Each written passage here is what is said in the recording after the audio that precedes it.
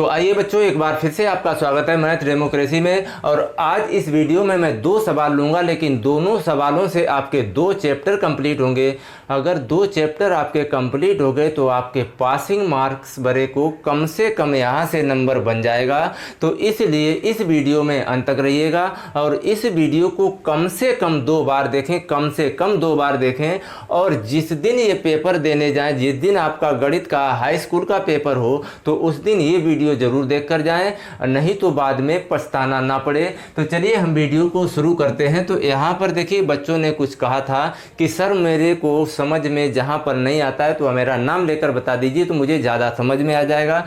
तो भाई हैप्पी बेटा, संगम बेटा या मलिया और युवराज बेटा, जो भी जितने लोग हैं आप मेहनत करके पढ़िए। आपके लिए जो नंबर आएंगे, आपका पेपर है वो बहुत बेहतरीन होगा। ये मेरी दुआ है आपसे, मेरी शुभकामनाएं आपके साथ। तो चलिए वीडियो को शुरू करते हैं। तो यहाँ पर देखिए 4x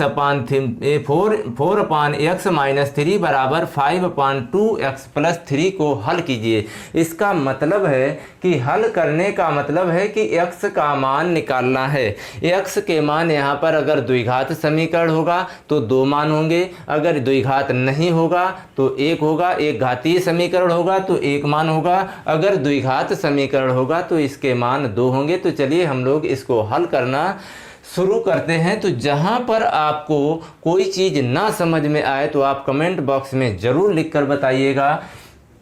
देखिए 2 पद दिए गए, 4/x माइनस 3 बराबर 5/2x प्लस 3। 2 पदों को आपस में बराबर करके दर्शाया गया है। तो जब भी आपको ऐसी स्थिति देखने को मिले तो क्या करेंगे आप हमेशा x वाले पदों को एक तरफ और अचर पदों को हमेशा एक तरफ भेज देंगे। तो देखिए यहाँ पर अचर पद सिर्फ 1 दिख रहा है, ये क्या है 3। अचर पद कितना है 3, बाकी इस पद के साथ भी x है और इस वाले पद के साथ भी x है। तो x वाले पदों को हम एक तरफ कर लेंगे। तो इधर ये प्लस का है, तो जब दूसरी तरफ लाएंगे तो ये हो जाएगा माइनस 5/2x प्लस 3 बराबर, ये 3 को जब उधर भेज देंगे तो बराबर हो जाएगा 3। क्यों, इधर माइनस का है तो इधर बेटा प्लस का हो जाएगा। तो ये तो हम आपको बार बार समझाते रहते हैं कि जब किसी संख्या को या किसी पद को बराबर के राइट या लेफ्ट करते हैं तो उसका साइन चेंज हो जाता है। तो ये बन गया, एक भिन्न बन गई 4/x, दूसरी भिन्न बन गई 5/2x प्लस 3। अब देखिए इधर ये कुछ नियम लिखे हैं, इनको मैं आपको अभी समझाऊंगा क्यों हमने लिखे हैं। ये आपके लिए बहुत काम की चीज़ है। द्विघात समीकरण की प्रकृति जब पूछेगा तो यहाँ पर देखिए क्या बनाना है, हमें इस भिन्न को हल करेंगे तो इसका एलसीएम कितना हो जाएगा, x into 2x plus 3, x into 2x plus 3। उसके बाद क्या करेंगे, इनका क्रॉस मल्टीप्लाई, जब क्रॉस मल्टीप्लाई करेंगे तो ये हो जाएगा 4 इंटू 2x प्लस 3 और माइनस का हो जाएगा 5x, क्योंकि 5 का जब x के साथ गुणा करेंगे तो 5x हो जाएगा, बराबर कितना हो गया 3। अब एक चीज़ बताइए कि ये 4 ब्रैकेट के बाहर है, तो 4 को जब अंदर गुणा करेंगे तो 4 दूना कितना हो गया 8x और प्लस 4 तिया 12 माइनस का हो गया 5x। ये 5x ऐसे ही उतार देंगे, बटे में इस x का अंदर गुणा करेंगे तो ये हो जाएगा 2x² प्लस का हो जाएगा 3x। जब 2 का x के साथ गुणा करेंगे तो x², x का जब 3 के साथ गुणा करेंगे तो कितना हो जाएगा 3x, बराबर कितना है 3। अब देखिए इसके पास हर है, इसके पास हर नहीं है, तो इसको क्या करेंगे दूसरी तरफ भेजेंगे। तो जो बटे वाली संख्या है वो 3 के साथ गुणा में चली जाएगी। तो 8 में से 5x घट गया तो कितना बचेगा 3x और प्लस का बचेगा 12। 8x में से 5x घट गया तो बचा 3, प्लस का बच गया 12, ऐसे ही उतार देंगे, बराबर। अब ये 3 का इधर गुणा करेंगे तो 3 इंटू 2x² प्लस 3x। बताइए यहाँ तक बात समझ में आई या नहीं आई। अब क्या करोगे, इस 3 को अंदर गुणा करेंगे ब्रैकेट के अंदर, तो ये हो जाएगा 3x प्लस 12 बराबर, जब 3 को अंदर गुणा करेंगे तो ये हो जाएगा 3 दूनी 6x और प्लस 6x² और प्लस का हो जाएगा 3 त्रिका 9x। 3 त्रिका कितना हो गया 9x। अब इस वाले पद को, इस पूरे पद को क्या करेंगे, इधर भेजेंगे तो ये हो जाएगा 6x² प्लस हो जाएगा 9x, और इस पूरे को जब इधर भेजेंगे तो 3x प्लस का है ये भी माइनस का हो जाएगा, 12 प्लस का है तो ये भी माइनस का हो जाएगा, तो माइनस का 3x और माइनस हो गया 12 बराबर 0। तो 6x², 9 में से 3x, 9x में से 3x घट जाएगा तो प्लस का बचेगा कितना 6x और माइनस का बचेगा कितना 12 बराबर 0। अब देखिए इसमें किसी संख्या का शायद भाग जा रहा है, अगर भाग जा रहा है तो भाग दीजिए और नहीं जा रहा है तो यही इसी द्विघात समीकरण के हर गुणनखंड हम कर लेंगे। लेकिन हमें दिख रहा है कि 3 का भाग इसमें भी जा रहा है, 3 का भाग इसमें भी और 3 का भाग इसमें भी जा रहा है, तो सभी में 3 का भाग लगा देंगे तो ये हो जाएगा 3 दूनी 6 मतलब 2x², 3 दूनी 6 ये हो जाएगा 2x और 3 से ये कट जाएगा, 3 चौके 12 माइनस का हो जाएगा 4 बराबर 0। तो ये बताइए कैसा समीकरण है, ये द्विघात समीकरण यानी कि क्वाड्रेटिक इक्वेशन बन गई है 2x² प्लस 2x और माइनस का 4। अब देखिए इसका काम पड़ेगा, यहाँ पर हम आपको यहाँ पर बता देंगे कि यहाँ पर आपसे पूछेगा कि 2x² प्लस 2x माइनस 4 जो द्विघात समीकरण है इसकी प्रकृति बताइए। उसकी प्रकृति निकालने के लिए इसकी जो तुलना करेंगे ax² plus bx plus c बराबर 0 से, ax² plus bx plus c बराबर 0।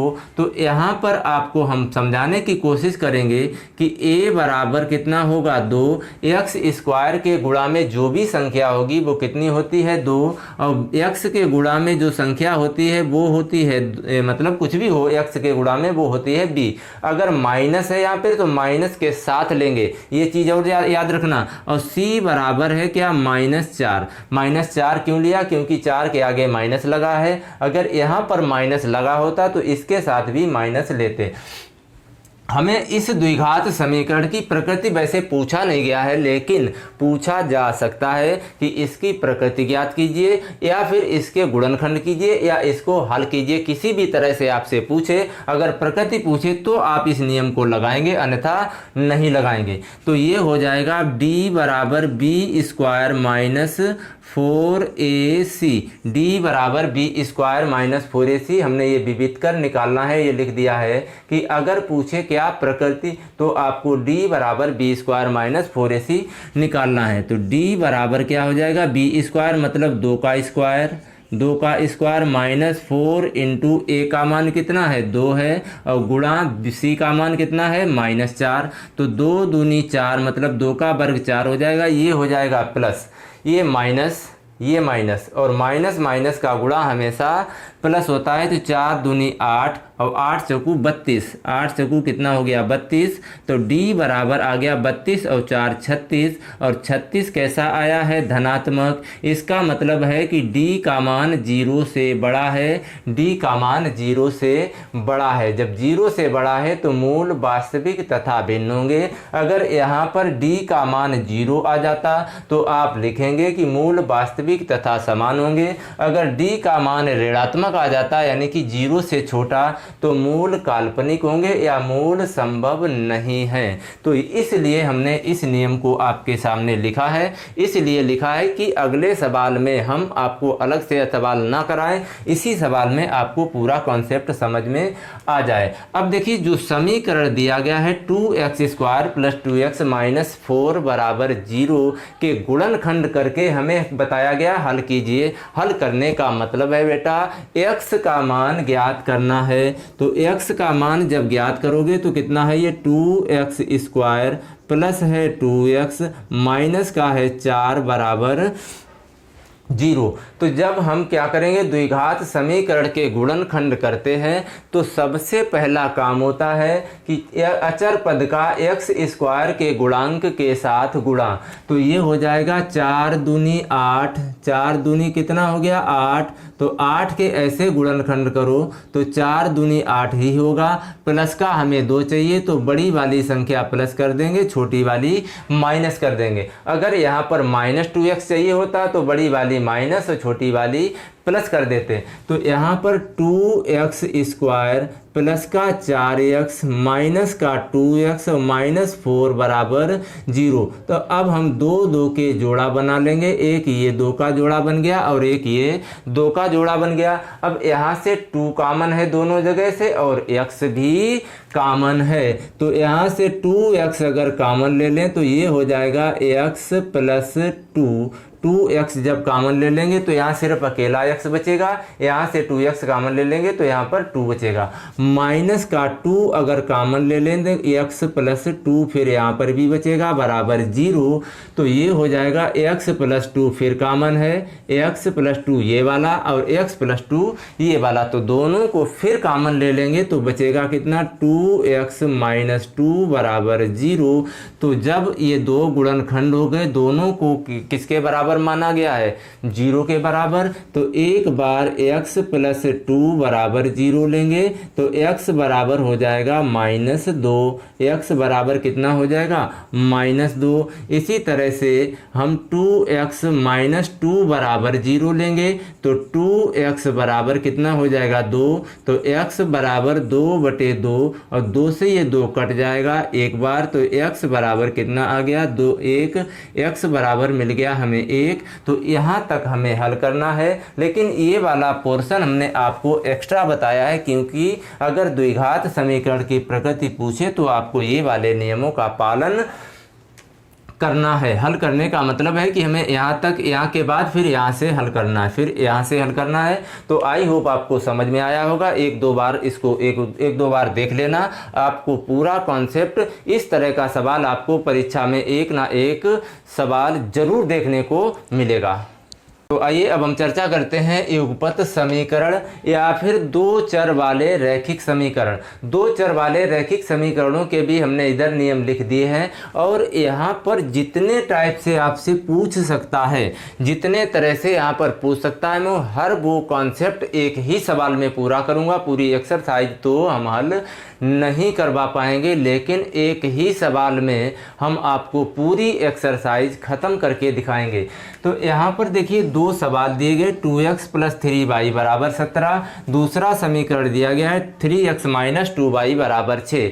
तो इसको कहा है वज्र गुणनखंड विधि से हल कीजिए। हम आपको वज्र गुणनखंड विधि भी बताएंगे, हम आपको प्रतिस्थापन विधि भी यहाँ पर बताएंगे और हम आपको यहाँ पर विलोपन विधि भी, मतलब तीन विधियां होती हैं। एक ग्राफीय विधि होती है, तो ग्राफीय विधि के लिए हम आपको थोड़ा अलग से वीडियो कभी बनाएंगे। तो यहाँ पर हम आपको तीन विधियां सिखाने वाले हैं और यहाँ पर हम आपको बताएंगे कि ये रेखा युग्म संगत है या असंगत है, या फिर कहेगा कि रेखा युग्म एक दूसरे को प्रतिच्छेदित करते हैं, कि ये रेखा युग्म समांतर है या फिर रेखा युग्म एक दूसरे के संपाती हैं। संपाती का मतलब होता है कि एक रेखा जहाँ पर है ठीक उसी के ऊपर एक और रेखा बना दी जाए तो वो संपाती रेखाएं कहलाती है। समांतर का मतलब है कि दो रेखाओं के बीच की दूरी प्रत्येक बिंदु पर समान होती है, और प्रतिच्छेदित करने का मतलब है कि किसी बिंदु पर दोनों रेखाएं एक दूसरे को काटती हैं। तो यहाँ पर ये स्थिति होती है क्या, a1/a2 does not equal to b1/b2। तो रेखा युग्म प्रतिच्छेदित करेंगे और इसी को हम बोलते हैं ये संगत समीकरण होंगे। संगत, ये रेखा युग्म संगत निकाय होगा। अगर मान लिया a1/a2 बराबर b1/b2 does not equal to c1/c2, तो इस स्थिति में रेखा युग्म समांतर होंगे। रेखा युग्म समांतर कब होंगे, जब a1/a2 बराबर b1/b2 होगा, लेकिन does not equal to C1 upon C2 होगा। अगर ये तीनों पद बराबर हैं A1 अपान A2 बराबर B1 अपान B2 बराबर C1 अपान C2 तो रेखा युग्म संपाती होते हैं। संपाती होने का मतलब ये होता है कि दोनों रेखाएं एक दूसरे के ऊपर ही होंगी, ना कि दूसरी रेखा बनाएंगी। एक ही रेखा को निरूपित करेंगी दोनों रेखाएं। समांतर का मतलब ये दूर दूर होंगी, लेकिन प्रत्येक बिंदु पर इनके बीच की जो दूरी होगी वो समान होगी। प्रतिच्छेदित का मतलब काटती होंगी। जैसे मान लिया दो समीकरण है, यहाँ पर 2x प्लस 3y बराबर 17, 3x माइनस 2y बराबर 6, लेकिन यहाँ पर दिया गया a1x प्लस b1y बराबर c1 भी कर सकते हो, a2x प्लस b2y बराबर c2 भी कर सकते हैं। तो यहाँ पर देखिए x पहले समीकरण में x का जो मान होता है ये है a1 बराबर कितना है 2, a1 बराबर 2 है, b1 बराबर कितना है 3 और c1 बराबर है 17। C1 बराबर कितना है 17। इसी तरह से ये दूसरा समीकरण है, तो दूसरे समीकरण में A2, B2 और C2 मान होंगे। तो A2 बराबर होगा 3, B2 बराबर होगा -2। देखिए यहाँ पर आपको माइनस के साथ लेना है, कभी भी आपको माइनस नहीं छोड़ना है। और ये हो गया B2 और C2 बराबर कितना हो गया 6। हम पहले आपको बात करेंगे यहाँ पर वज्र गुणनखंड विधि। हम बात करते हैं नंबर 1 वज्र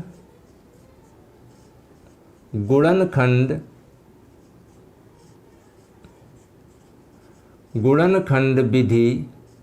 अच्छा, ये तो आप समझ ही गए होंगे कि ये क्या करना है। A1 अपान A2 मतलब 2/3 करना है, -3/2 करना है। 3/-2 करेंगे तो यहाँ पर A1 अपान A2, A1 मतलब है कि 2, A2 मतलब है 3 बराबर B1 अपान B2, B1 कितना है 3 और B2 कितना है -2। और देखो यहाँ पर 2/3 है, यहाँ पर -3/2, ये दोनों आपस में बराबर नहीं है। तो इसका मतलब है कि ये दोनों रेखायुग्म एक दूसरे को प्रतिच्छेदित करेंगे। अगर ये दोनों बराबर होते तो हम C1 को भी C1 C2 को भी चेक करते। अगर C1 C2 बराबर नहीं आता है तो लिख देंगे कि रेखायुग्म समांतर होंगे। अगर C1 C2 बराबर आ जाएगा तो रेखायुग्म संपाती होंगे। यही आपसे पूछा जाता है। तो वज्र गुणनखंड विधि, देखिए वज्र गुणनखंड विधि को कैसे हल करेंगे, बहुत आसानी से मैं आपको बताऊंगा। सबका अपना अपना तरीका अलग है, सब अपने अपने तरीके से पढ़ाते हैं और समझाते हैं।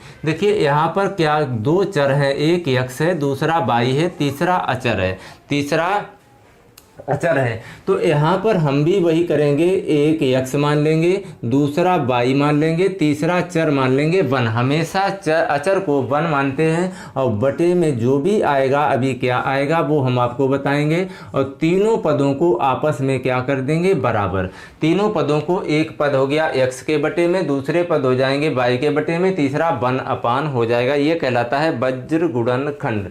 अब आप शुरुआत कहाँ से करेंगे, पहले बी सी ऐसे रखिए, फिर उसके बाद सी से शुरू करेंगे, सी ए, उसके बाद कहाँ से शुरू करेंगे ए से, तो ये हो गया ए बी, बस बन गया सवाल। अब कहाँ से शुरू करोगे 1 1 2 2, यहाँ पर भी, उसके बाद B1 C1, अब उसके बाद C1 A1 1 2 2 1 1 2 2, बस बन गया आपका सवाल।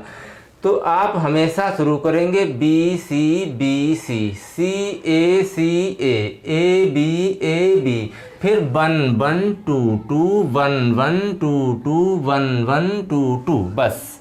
अब यहाँ से A1 B1 C1 पता है, A2 B2 C2 पता है, सारे मान यहाँ पे रख दीजिए। तो x अपान क्या हो जाएगा B1 कितना है 3, B1 है 3 और C1 है कितना, C1 है 17, B2 कितना है, B2 है -2 और C2 है 6, -2 और ये हो गया 6 बराबर y अपान C1 कितना है 17, और A1 कितना है, A1 है 2, उसके बाद C2 कितना है, C2 है 6 और A2 कितना है 3, बराबर 1 अपान A1 A1 कितना है 2, B1 कितना है 3 और उसके बाद A2 कितना है 3 और B2 है -2। B2 कितना है -2।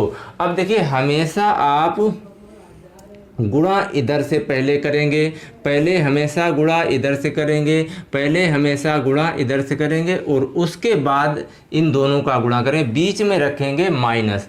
तो x अपान तो 6 तिया 18, 6 तिया 18 माइनस 6 तिया 18 माइनस, बीच में हमेशा माइनस ही रहेगा। तो ये माइनस का 17 दूनी 34, 17 दूनी 34 ये रहेगा माइनस का 34 और बराबर y अपान 17 तिया 51, 17 तिया 51 बीच में साइन माइनस का, तो 6 दूनी 12 बराबर 1 अपान माइनस का 2 और माइनस का 2 गुणा करेंगे तो माइनस का 4 और ये हो जाएगा बीच में साइन माइनस का 3 तुर्का कितना हो गया 9। अब इनको जोड़ घटा दीजिए तो x अपान कितना हो जाएगा, ये माइनस और ये माइनस मिलके कितना हो गया, माइनस और माइनस प्लस हो गया। तो 8 और 4 12, 3 और 1 4, ये हो जाएगा 52। ये कितना हो जाएगा 52 बराबर y अपान ये हो जाएगा 51 में से 12 घट जाएगा बचेगा 39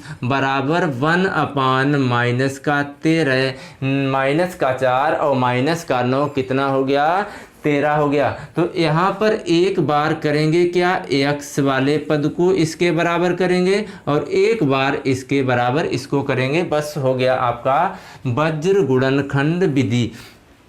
तो x अपान 52, x अपान 52 बराबर -1 अपान 13। अब देखिए, अब एक चीज़ और याद रखें, अगर माइनस का आंसर आएगा तो आप उस मान को पॉजिटिव मानेंगे हमेशा। तो ये हो जाएगा x बराबर कितना हो जाएगा 52, उधर चला जाएगा तो 52/13, तो 13 चौके 52, तो x बराबर कितना मिल गया 4। तो x का मान 4 होगा। वैसे तो यहाँ पर माइनस साइन है, अगर x का मान माइनस आएगा तो आप प्लस रखेंगे, अगर y का मान माइनस आएगा तो प्लस रखेंगे। x का मान अगर माइनस आता है, अगर प्लस आता है तो फिर माइनस लेंगे, मतलब जितना भी आपका x मान आएगा उसका साइन चेंज कर कर मानेंगे। तो y का मान कितना, y अपान 39, y अपान 39 बराबर 1 अपान 13, 1 अपान 13 माइनस का, तो y बराबर कितना हो जाएगा माइनस का 39/13 और 13 तिया कितना हो गया 39। तो y बराबर क्या आया -3, लेकिन माइनस हटा देंगे। अगर प्लस का आता तो आप क्या करते माइनस लगा देते, तो ये हो जाएगा y का मान 3। अब कौन कैसे समझाता है आपको समझ में आया होगा। तो चलिए अब हम इसकी दूसरी विधि बात करते हैं। आप इसका स्क्रीनशॉट लीजिए और उसके बाद इसको 1-2 बार जरूर देखें। तो यहाँ पर देखिए ये नियम हमने आपको समझा दिए, इनको भी 1-2 बार करके देखना। और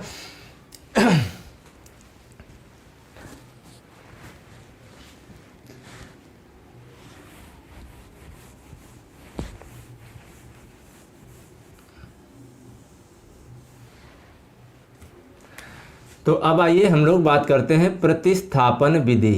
प्रतिस्थापन विधि, प्रतिस्थापन का मतलब होता है रिप्लेसमेंट मेथड, रिप्लेसमेंट मेथड। अब यहाँ पर आपको हमेशा किसी एक समीकरण से किसी एक चर का मान निकालकर दूसरे समीकरण में रखेंगे, तो हम इसको हल करेंगे। तो समीकरण 1 से हमेशा चाहे x का मान निकाल लो चाहे y का मान निकालें। समीकरण 1 कितना है, उतारिए कितना है 2x + 3y बराबर कितना है 17। तो यहाँ से आप किसका मान निकालना चाहते हैं, चलिए हम x का ही निकाल लेते हैं। तो ये हो जाएगा 2x बराबर 17 और ये 3y को उधर भेज देंगे तो माइनस हो जाएगा 3y। तो x बराबर कितना हो जाएगा 17 में -3y और पूरे के बटे में आ जाएगा 2। इसको मान लेंगे समीकरण नंबर 3। इसको क्या मान लेंगे, समीकरण नंबर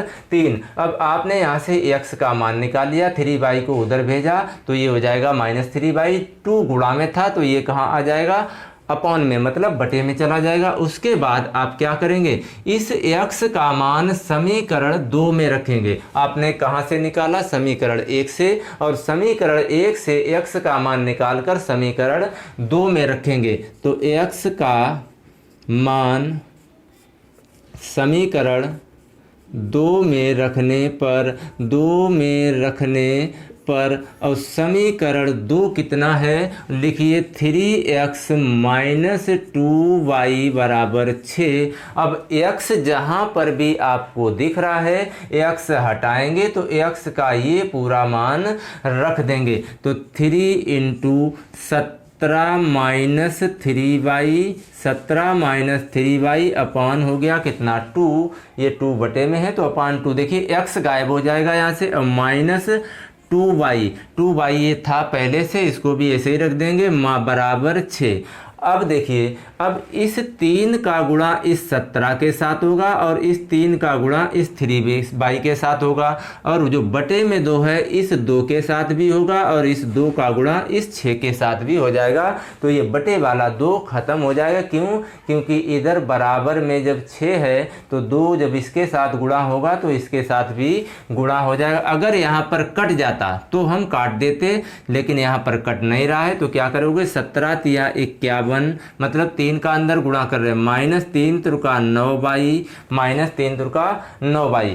2 का जब गुणा करेंगे तो माइनस का हो जाएगा 4y बराबर 2 का गुणा जब 6 में करेंगे तो हो जाएगा 6 दूनी 12। अब 51 को जब उधर ले जाएंगे, माइनस का 9y और माइनस का 4y, तो कितना हो गया, माइनस का 13y बराबर 12 में माइनस 51 उधर जाएगा तो माइनस हो जाएगा 51, तो माइनस 13y बराबर 12 में से 51 घटेगा तो बच्चा बचेगा माइनस का 39। माइनस से ये माइनस कट गया, 13 से ये कट जाएगा, 13 तिया 39। तो y बराबर कितना मिल गया बेटा, यहाँ पर मिल गया है 3।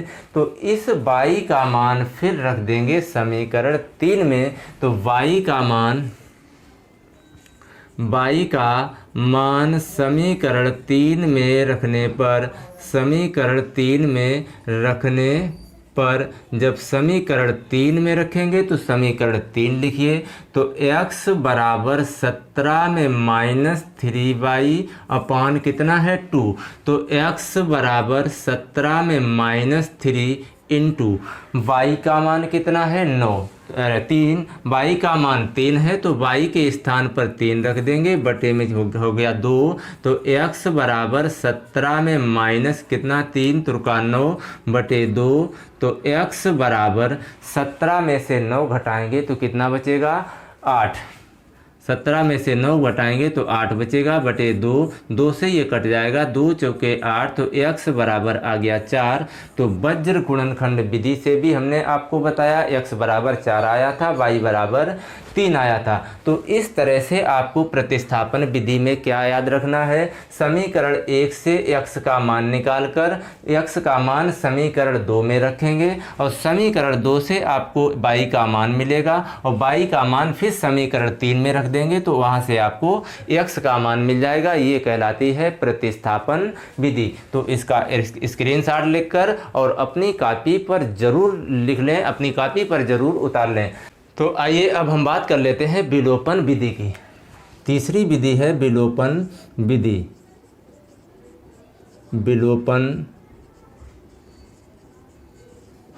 विधि, देखिए ये एक सवाल नहीं है, ये एक सवाल की आड़ में पूरी एक्सरसाइज को ख़त्म कर रहे हैं। तो पहला समीकरण कितना है 2x प्लस 3y बराबर है 17। दूसरा समीकरण है 3x माइनस 2y बराबर है 6। तो ये समीकरण 1 व 2 हमने लिख लिया। और इस विलोपन विधि में क्या कहते हैं कि या तो आप x वाला पद विलोप करें या फिर आप y वाला विलोप करें, लेकिन आप अपने दिमाग में ये बात सोच के रखें कि हमें प्लस और माइनस वाले ही विलोप हो सकते हैं, मतलब कट सकते हैं।